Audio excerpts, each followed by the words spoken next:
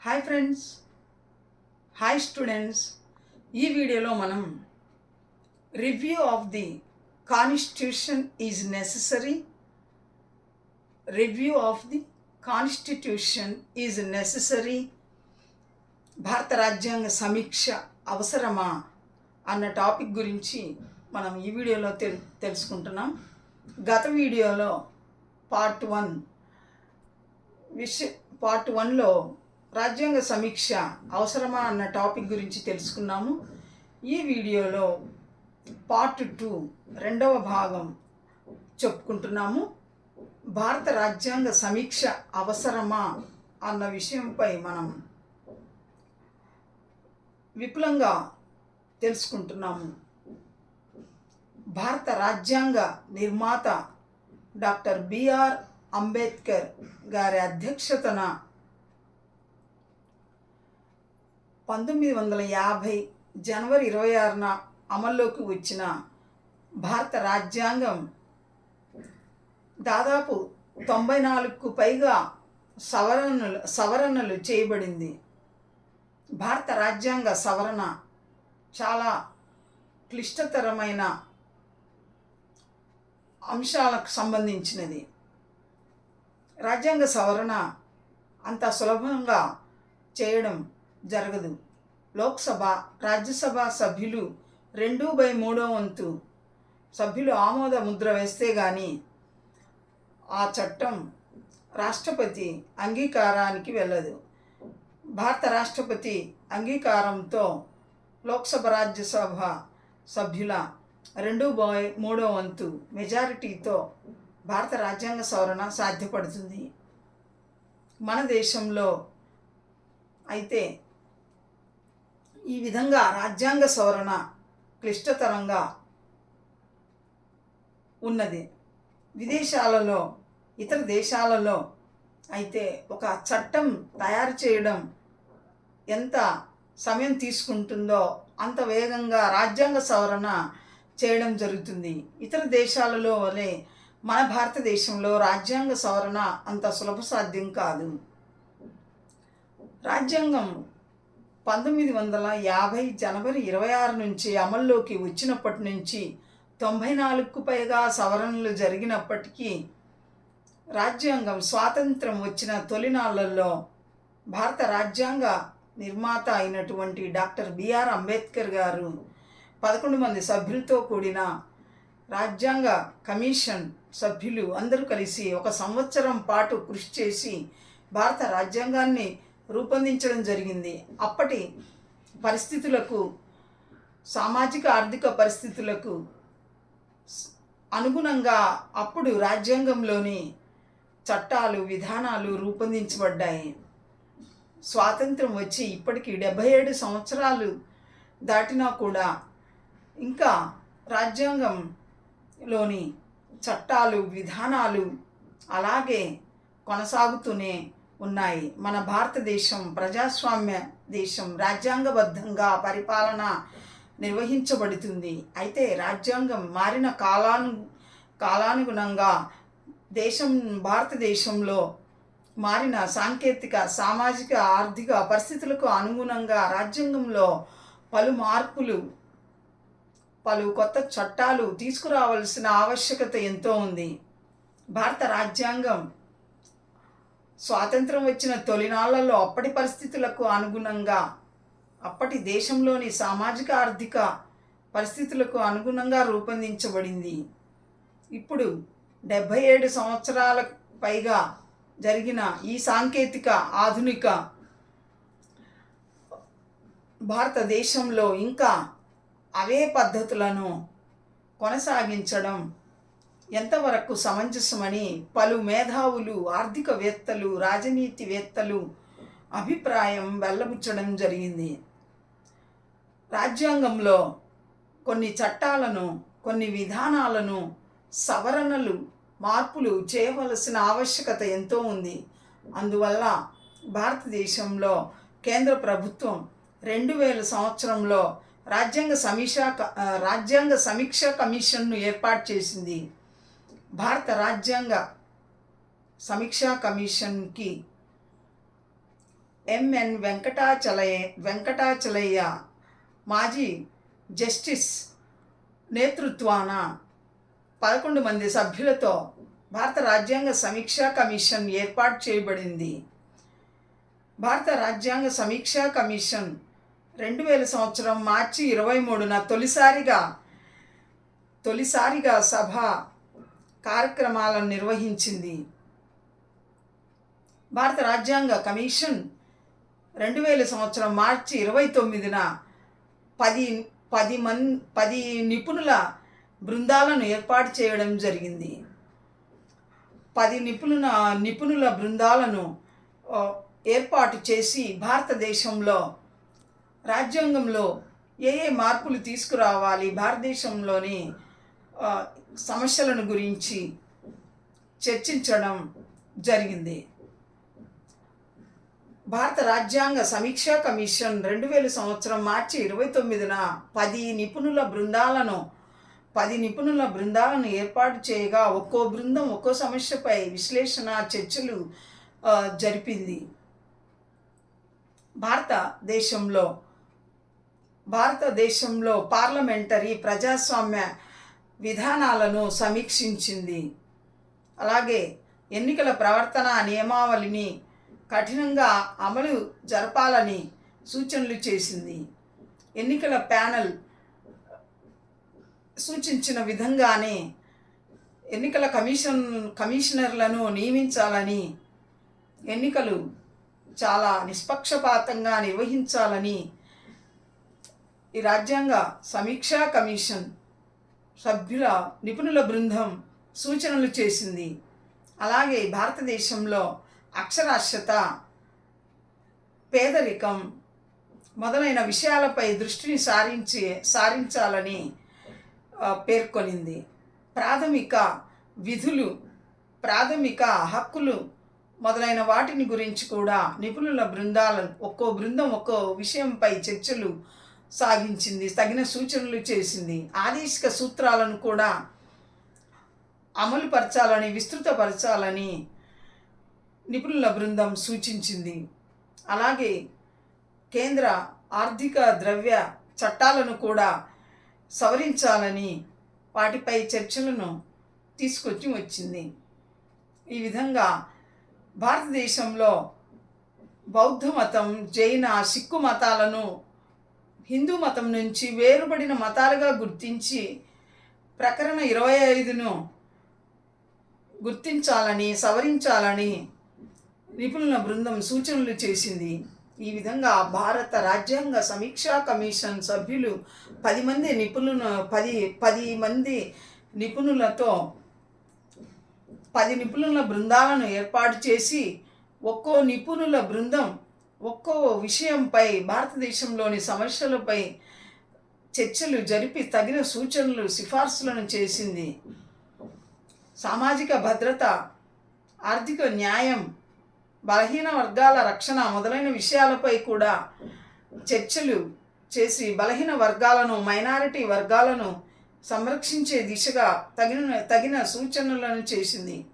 ప్రాథమిక హక్కులను రక్షించాలని, మైనారిటీ, బలహీన వర్గాల హక్కుల రక్షణను చేపట్టాలని ఒక నిపుణుల బృందం తెలియజేసింది. ఈ విధంగా ఎన్నికలను కూడా నిష్పాక్షికంగా జరపాలని సూచించింది. ఎన్నికల కమిషనర్లను కూడా ప్రధానమంత్రి, పార్లమెంటరీ సభ్యులు, స్పీకరు మొదలైన వారు ఉండి ఏర్పాటు చేయాలని, ఎన్నుకోవాలని సూచించింది. ఇక భారత రాజ్యాంగ కమిషన్ 10 నిపుణుల బృందంలో చర్చలు సాగిన తర్వాత కొన్ని సిఫార్సులను సూచించింది. హంగు పార్లమెంటు ఏర్పడినప్పుడు, హంగు ప్రభుత్వం ఏర్పడినప్పుడు రాష్ట్రపతి ప్రధానమంత్రిని, గవర్నర్ ముఖ్యమంత్రిని ఏర్పాటు చేయాలని సూచించింది. అలాగే ఏదైనా ప్రభుత్వం అవిశ్వాసం అవిశ్వాస తీర్మానం మోపబడినప్పుడు అవిశ్వాసం తీర్మానం చట్టం తీసుకొని వచ్చేటప్పుడు అవిశ్వాస తీర్మానానికితో పాటు ప్రత్యామ్నాయ నేతను కూడా సూచించాలని ఈ రాజ్యాంగ సమీక్ష కమిషన్ నిపుణుల బృందం సూచించింది. అంటే అవిశ్వాస తీర్మానం పై ఎన్నిక ఓటింగ్ జరగాలని, అలాగే ప్రత్యామ్నాయ నేతను ఎన్నుకునే ఎన్నిక ఓటింగ్ కూడా అప్పుడే జరగాలని సూచించింది. అలాగే రాజ్యసభ సభ్యుడిగా పోటీ చేస్తున్న ఏ వ్యక్తి అయినా అతనికి సరైన నివాస ధృవీకరణ పత్రం ఉండేటట్టు ఫెడరల్ ప్రభుత్వ సూత్రాలను అమలుపరచాలని కూడా ఈ రాజ్యాంగ సమీక్షా కమిషన్ సూచించింది. సుప్రీంకోర్టు, హైకోర్టు జడ్జిలపై నేరారోపణ వారిపై ఫిర్యాదులు వచ్చినప్పుడు పరిష్కరించడానికి నేషనల్ జాతీయ జ్యుడిషియల్ కమిషన్ను అందుకు ఏర్పాటు చేయాలని రాజ్యాంగ సమీక్ష కమిషన్ సూచించింది. సుప్రీంకోర్టు, హైకోర్టు జడ్జీలపై ఏవైనా ఫిర్యాదులు వచ్చినప్పుడు వాటిని పరిష్కరించడానికి జాతీయ జ్యుడిషియల్ కమిషన్ను ఏర్పాటు చేయాలని రాజ్యాంగ సమీక్ష కమిషన్ సభ్యులు సూచనలు చేయడం జరిగింది. అలాగే భారత సుప్రీంకోర్టు, హైకోర్టుల న్యాయమూర్తుల పదవీ విరమణ వయస్సును 65 సంవత్సరాల నుంచి 68 సంవత్సరాలకు పెంచాలని కూడా సూచనలు చేసింది. బలహీన బడుగు వర్గాలకు సామాజిక ఆర్థిక భద్రతను కల్పించే దిశగా చర్యలు తీసుకోవాలని కూడా సిఫార్సులు చేసింది. ప్రాథమిక విధులలో ఎన్నికలలో ఓటు వేసే పద్ధతిని ప్రతి ఓటరు తన ఓటు హక్కును వినియోగించుకోవాలని, ఇక ప్రజలు ప్రభుత్వానికి పన్నులు తప్పనిసరిగా చెల్లించాలని, అది ప్రాథమిక విధి అని, ఓటు వేసే విధి అలాగే పన్ను చెల్లించే విధి మొదలైన వాటిని కూడా ప్రాథమిక విధులలో చేర్చి ప్రాథమిక విధులను విస్తరించి అమలు చేయాలని కూడా భారత రాజ్యాంగ సమీక్ష కమిషన్ సభ్యులు సూచించారు. అలాగే ప్రాథమిక హక్కులను రక్షించాలని, ప్రాథమిక హక్కుల రక్షణకు తగిన చర్యలు తీసుకోవాలని, మైనారిటీ వర్గాలు, బలహీన వర్గాల ప్రాథమిక హక్కులను కాలరాయకుండా బలహీన వర్గాలు, మైనారిటీ వర్గాల ప్రాథమిక హక్కులను సంరక్షించాలని, అందుకు తగిన చర్యలు తీసుకోవాలని కూడా భారత రాజ్యాంగ సమీక్ష కమిషన్ సభ్యులు సూచించారు. ఆదేశిక సూత్రాలను కూడా తప్పనిసరి విధిగా అమలు చేయాలని సూచించారు. ఎన్నికల ప్రవర్తనా నియమావళిని కూడా బాధ్యతాయుతంగా, నిష్పాక్షికంగా అమలు జరపాలని సూచించింది. ఒక వ్యక్తి ఎన్నికలలో ఒకేసారి 2-3 చోట్ల నియోజకవర్గాలలో పోటీ చేయడానికి అనుమతించకూడదని, ఒక వ్యక్తి ఒకేసారి 1 కంటే ఎక్కువ నియోజకవర్గాలలో పోటీ చేయడానికి అనుమతించకూడదని భారత రాజ్యాంగ కమిషన్ సభ్యులు తగిన సూచనలు చేశారు. ఈ విధంగా భారత రాజ్యాంగ సమీక్ష ఆనాడు 2000 సంవత్సరంలో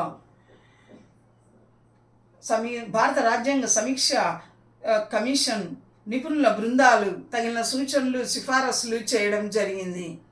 అలాగే ఎప్పటికప్పుడు మారిన కాలానుగుణంగా ఎప్పటికప్పుడు భారతదేశంలో మారుతున్న పరిస్థితులకు అనుగుణంగా ఆర్థిక, సామాజిక, సాంకేతిక మార్పులకు అనుగుణంగా భారత రాజ్యాంగాన్ని సవరించవలసిన అవసరం ఉంది.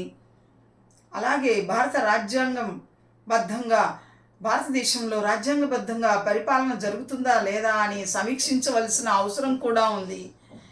భారత రాజ్యాంగంలోని విధానాలు, చట్టాల ద్వారా ఎంతవరకు సఫలమయ్యాము, ఎంతవరకు సఫలీకృతం కాలేకపోయామో అన్న విషయాలపై కూడా చర్చలు జరగాలని ప్రతి ప్రతి సంవత్సరానికి ఒకసారి లేదా నా 5 సంవత్సరాలకు ఒకసారి అయినా భారత రాజ్యాంగ కమిషన్ సమీక్షా కమిషన్ భారత రాజ్యాంగ సమీక్షా కమిషన్ ఏర్పాటు చేసి చర్చలు జరిపి తగిన సూచనలు తీసుకుంటూ ఎప్పటికప్పుడు రాజ్యాంగాన్ని నిత్యనూతనంగా ఆదర్శవంతంగా సమర్థవంతమైన రాజ్యాంగంగా రూపొందించాలని భారత రాజ్యాంగ కమిషన్ సభ్యులు కోరడం జరిగింది. మన భారత రాజ్యాంగం సుదీర్ఘ రాజ్యాంగం, ప్రపంచంలోని అతిపెద్ద రాజ్యాంగం.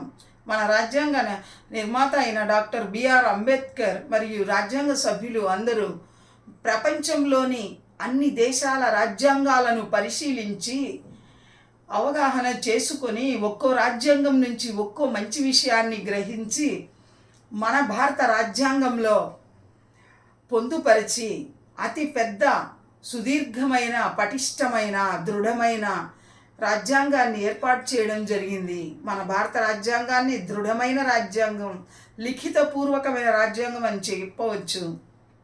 అలాగే రాజ్యాంగ సవరణ కూడా సరళమైంది కాదు అని చెప్పవచ్చు.